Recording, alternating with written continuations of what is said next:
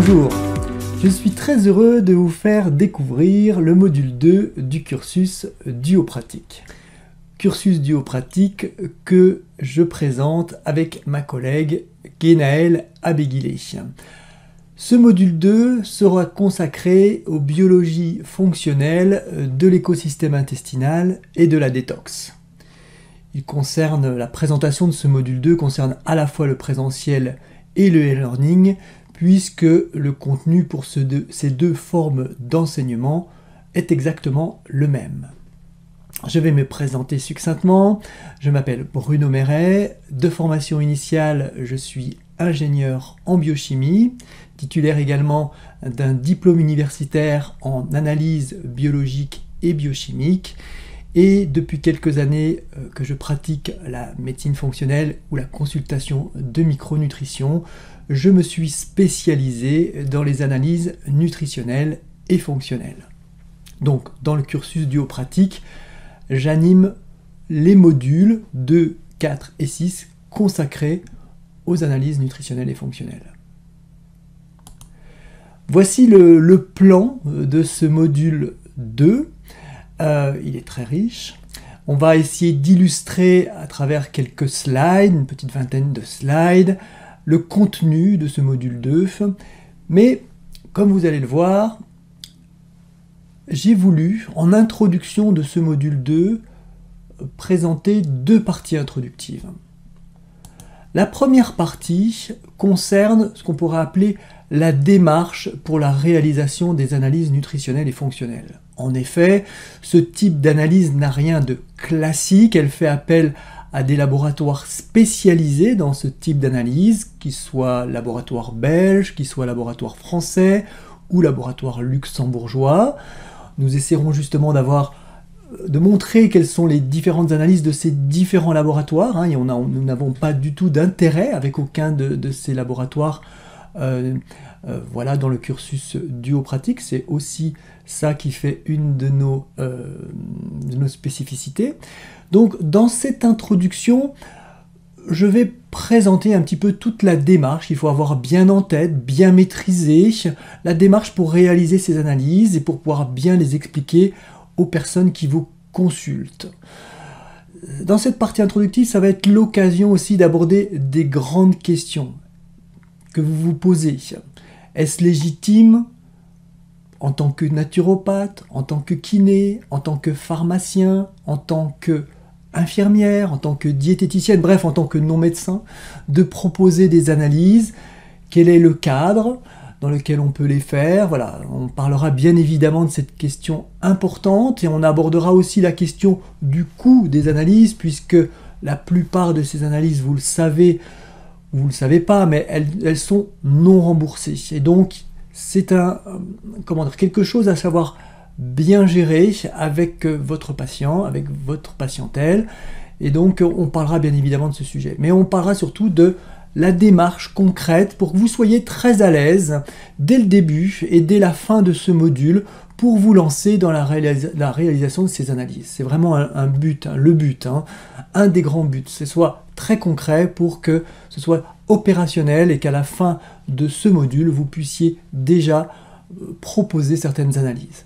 Ça, c'est la première introduction. La deuxième introduction de ce module 2 va être consacrée à ce que j'ai appelé les fondamentaux de chimie, de biochimie et de biologie pour bien intégrer ce module.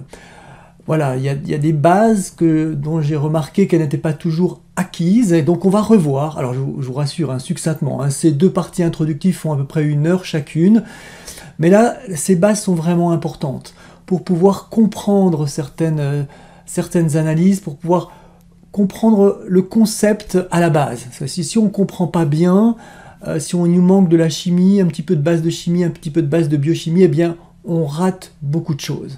Donc ça va rester extrêmement pratique, je vous assure. Je ne vais pas vous saouler avec des formules chimiques ou des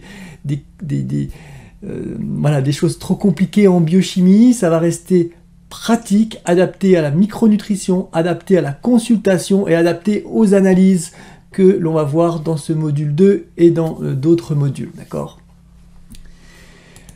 Passé cela, nous allons pouvoir rentrer dans le vif du sujet. On va commencer par la biologie du microbiote. Dans la biologie du microbiote, on va voir, dans les biologies du microbiote, pardon, on va voir 4 grandes parties. 2 parties qui vont être très importantes et 2 plus, on va dire, plus annexes. Les 2 parties très importantes, je les ai mis en exergue dans ce module parce que dans mon état d'esprit, dans chaque module, je veux faire des focus sur des analyses de base, vraiment qui font partie du panel de la consultation régulière. Voilà, quelque chose que vous allez être amené à pratiquer très souvent. Dans ce qui concerne la biologie de l'intestin, il s'agit des métabolites urinaires, qu'on appelle les MOU, ou le DMI, suivant le type de laboratoire, donc des analyses des métabolites des urines qui nous permettent de, on va dire, de mettre en évidence des dysbioses intestinales, très très intéressantes, très simples à mettre en pratique, mais il y a beaucoup de choses à connaître, à la fois pour bien connaître les limites de ces analyses, pour bien les faire, pour bien les interpréter, pour en tirer la substantifique moelle. Ça, c'est toujours quelque chose que j'essaie d'apporter dans les différents modules, dans mes formations, c'est de faire parler le plus possible les analyses, d'accord? Elles coûtent cher, justement, donc il faut essayer de les exploiter le plus possible. Les métabolites urinaires, donc. Les acides gras à courte chaîne, grande analyse aussi du microbiote, qui va nous parler de la santé intestinale également, qui va nous parler potentiellement d'une dysbiose intestinale. Voilà, une analyse que j'aime beaucoup, fécale, un petit peu moins facile de réalisation, mais très intéressante.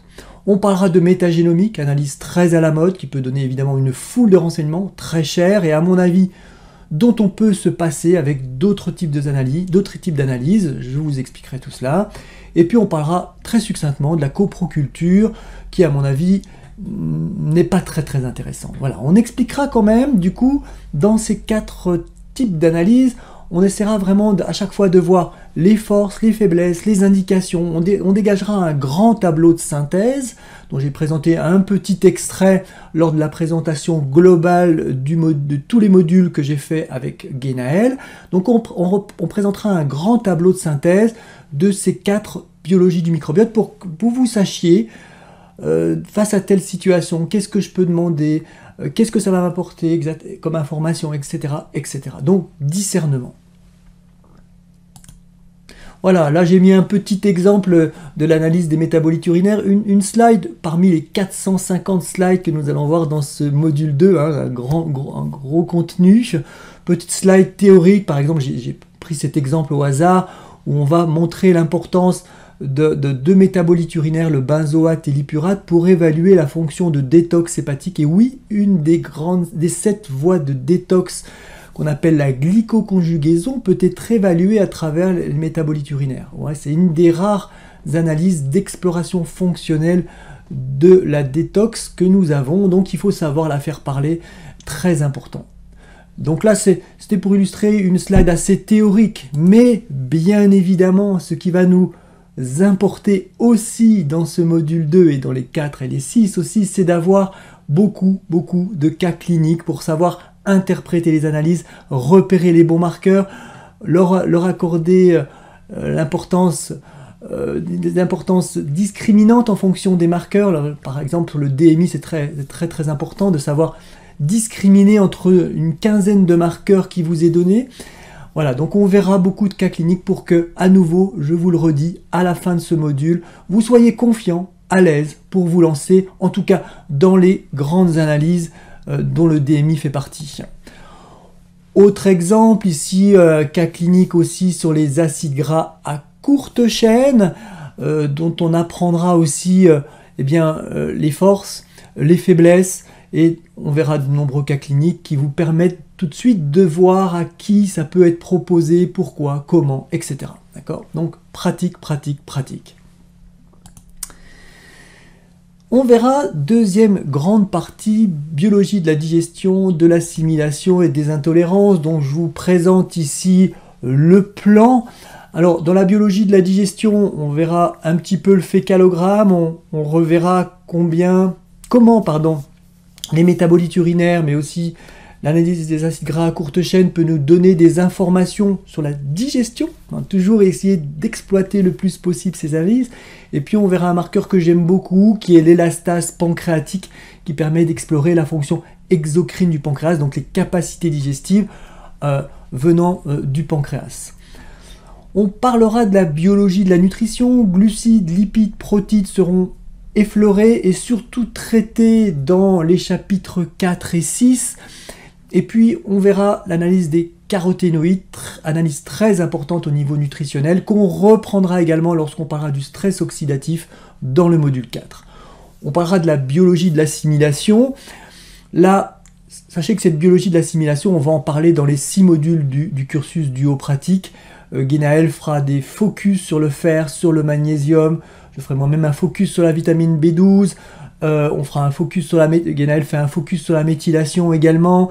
Voilà, focus vitamine D, etc. Donc, on va parler de l'assimilation de ces différentes vitamines, minéraux, tout le long de ces différents modules du cursus duo-pratique. Mais là, on verra aussi, on fera un petit focus sur la biologie de l'assimilation de manière un peu générale. Et puis, on parlera d'une biologie très importante, la biologie des intolérances alimentaires. Vous savez que le terme est un peu impropre, on peut parler de 3 catégories, en gros, d'allergie alimentaire, d'hypersensibilité alimentaire et d'intolérance alimentaire. On verra bien évidemment ces nuances. Nous, on va se concentrer beaucoup sur 2 analyses très importantes. Les IgG alimentaires, les hypersensibilités de type 3, les fameux panels, vous savez, donc je vous donnerai mon avis sur ces analyses. Nous en pratiquerons avec des cas patients, bien évidemment, et puis on verra comment procéder, parce que ce sont souvent des analyses coûteuses, est-ce qu'on peut optimiser ce type d'analyse, etc., etc. On parlera de les analyses pour mettre en évidence une intolérance à l'histamine, très importante, chose qui se développe de plus en plus aujourd'hui, donc histamine sur les selles, analyse de la DAO sérique, etc. On verra tout ça en détail aussi. Et puis on parlera aussi des analyses qui permettent de mettre en évidence des SIBO, des intolérances au lactose, au fructose, etc., etc. Donc avec les breath tests, d'accord? Chose qu'on ne verra pas en détail, mais vous aurez des grands repères. Mon idée est toujours le principe suivant: faire des focus très précis sur des analyses très importantes et vous donner une vision exhaustive quand même de toutes les analyses qui se pratiquent, en l'occurrence ici pour l'intestin, pour que vous puissiez gérer des patients qui vous apportent des analyses que vous ne connaissez pas, des patients qui vous demandent de faire telle analyse que vous ne connaîtriez pas. Donc avec ce module, vous aurez une vision de tout ce qui se fait et la capacité d'avoir un regard critique ou déjà un minimum de connaissances pour aborder une analyse nouvelle. Ensuite, on verra la fameuse biologie de la barrière intestinale. Alors ça, c'est très à la mode aussi, les marqueurs de porosité. Analyse très controversée. Certains sont très fans, d'autres au contraire complètement contre. Alors on verra bien sûr les analyses de la zonuline, la LBP, l'alpha-antitrypsine, les analyses, il y en a entre 8 et 10 de marqueurs de porosité intestinale qui vous sont proposés par les laboratoires de biologie nutritionnelle et fonctionnelle. C'est important, on les verra, on apprendra à les interpréter, on apprendra leurs indications précises. Voilà, ça sera une chose évidemment qui fera partie de cette partie de biologie de la barrière intestinale. Mais bien au-delà, ça me permet de vous faire passer mon état d'esprit pour évaluer la muqueuse intestinale, pour évaluer la fonctionnalité des entérocytes ou des colonocytes, pour évaluer la santé de la muqueuse, pour évaluer la pathologie de la muqueuse. Il y a bien d'autres choses. Bien d'autres analyses fonctionnelles, nutritionnelles, vont nous parler aussi de la barrière intestinale. Donc on ne va pas uniquement faire un focus sur les marqueurs de porosité, mais on va regarder ça dans son ensemble et on va faire parler toutes les analyses que l'on a à notre disposition. Ça va être aussi ça, vraiment la valeur ajoutée de mon approche. Voilà, ici j'ai mis un exemple, toujours pour vous dire à quel point on va faire des cas patients, tiré bien évidemment de ma pratique. Et donc là on verra par exemple l'analyse de la zonuline, comment l'interpréter, qu'est-ce qu'elle va nous révéler. On verra par exemple qu'il est plus intéressant de faire une zonuline fécale plutôt qu'un dosage de la zonuline plasmatique, pourquoi, etc. discernement, toujours discernement. Ensuite, on verra les biologies de l'inflammation intestinale. Chose très importante également, alors toujours le même principe, remise en perspective. Plein de choses qu'on va avoir vues dans le courant de ce module vont nous parler de l'inflammation. Si on met en évidence une dysbiose de putréfaction, on parle d'inflammation. Si on met en évidence une porosité du côlon, on parle d'inflammation. Si on met en évidence des IgG alimentaires, on parle d'inflammation au niveau du grêle. Voilà, donc beaucoup de choses déjà nous donnent des repères sur l'inflammation. Et puis dans le module 4, on verra le terrain inflammatoire, on verra des marqueurs d'inflammation systémique. Mais là, précisément dans cette partie, eh bien, on va se consacrer sur 3 grands marqueurs de l'inflammation intestinale qu'on apprendra à interpréter, qui sont les IgA sécrétoires, bêta-2-défensine et calprotectine. D'accord ? Ça me permet de dire aussi à travers la calprotectine, vous préciser une chose, c'est qu'on va à chaque fois, bien évidemment, tracer une frontière très précise entre les analyses nutritionnelles et fonctionnelles et les analyses médicales, qu'on laisse aux médecins. La calprotectine fait partie de ces types d'analyses. J'en parle parce que justement, elle trace une frontière, mais elle parle d'inflammation intestinale aussi, elle est très connue, donc j'en parle, mais c'est des choses que volontiers je laisse dans le cadre médical, d'accord ? Mais c'est intéressant que vous le sachiez, parce que si vous êtes amené à suivre par exemple un patient avec une MICI, eh bien, vous que vous connaissiez la calprotectine et que vous sachiez lire un petit peu et parler de cela, d'accord ? Mais voilà, toujours bien dans mes modules, essayer de tracer une frontière, enfin c'est pas essayer, c'est tracer une frontière nette. Parfois c'est difficile, mais on essaie en tout cas, entre le monde des analyses nutritionnelles et fonctionnelles, qui est le monde que l'on va, qui va nous concerner, et puis le monde médical, les biologies médicales. Très important, j'insiste beaucoup là-dessus. Ensuite, on verra la biologie de la détox. Et donc là, un petit peu comme pour le stress oxydatif. Vous savez, pour le stress oxydatif, on a eh bien, l'exposition, le risque oxydatif, hein, qui peut être environnemental, qui peut être interne, hein. Par exemple un contexte inflammatoire nous expose à un stress oxydatif, hein, un risque oxydatif. Donc dans la balance du stress oxydatif, eh bien, on a l'exposition, le risque, et puis on a les défenses antioxydantes, hein. Et donc le stress oxydatif étant un déséquilibre de cette balance vers, on va dire, le risque oxydatif ou l'agression oxydative, d'accord ? Donc là, j'ai traité la détox vraiment de la même manière. L'évaluation de l'exposition toxique qui se fait bien évidemment avec la clinique, hein, bien évidemment le contexte de vie, le contexte clinique spécifique à l'intoxication, mais aussi on verra que le contexte biologique peut nous parler de l'exposition toxique. Par exemple, j'ai parlé de l'inflammation, hein, eh bien c'est typiquement ça, on peut en mettant en évidence une inflammation, se dire oui, on est face potentiellement à un risque d'exposition toxique.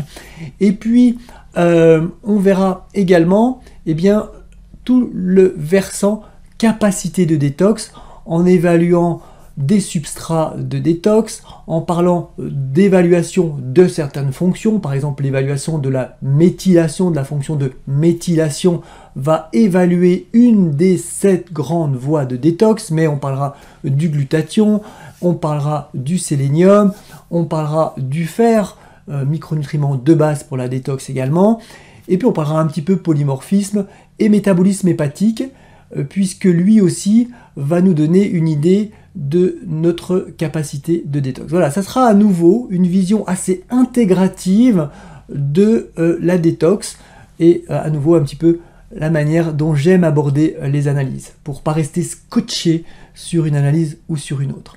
On terminera par une vision d'ensemble, on va dire, de la biologie de l'environnement fonctionnel de l'intestin. Ça sera une mise en perspective par rapport aux modules 4 et 6. On élargira un petit peu sur les autres modules pour vous, bien sûr, pour vous donner, pour remettre ça, le module 2 à sa place, quoi. C'est dans un ensemble, on a segmenté en 3 types d'analyses, mais évidemment, tout ça forme un tout.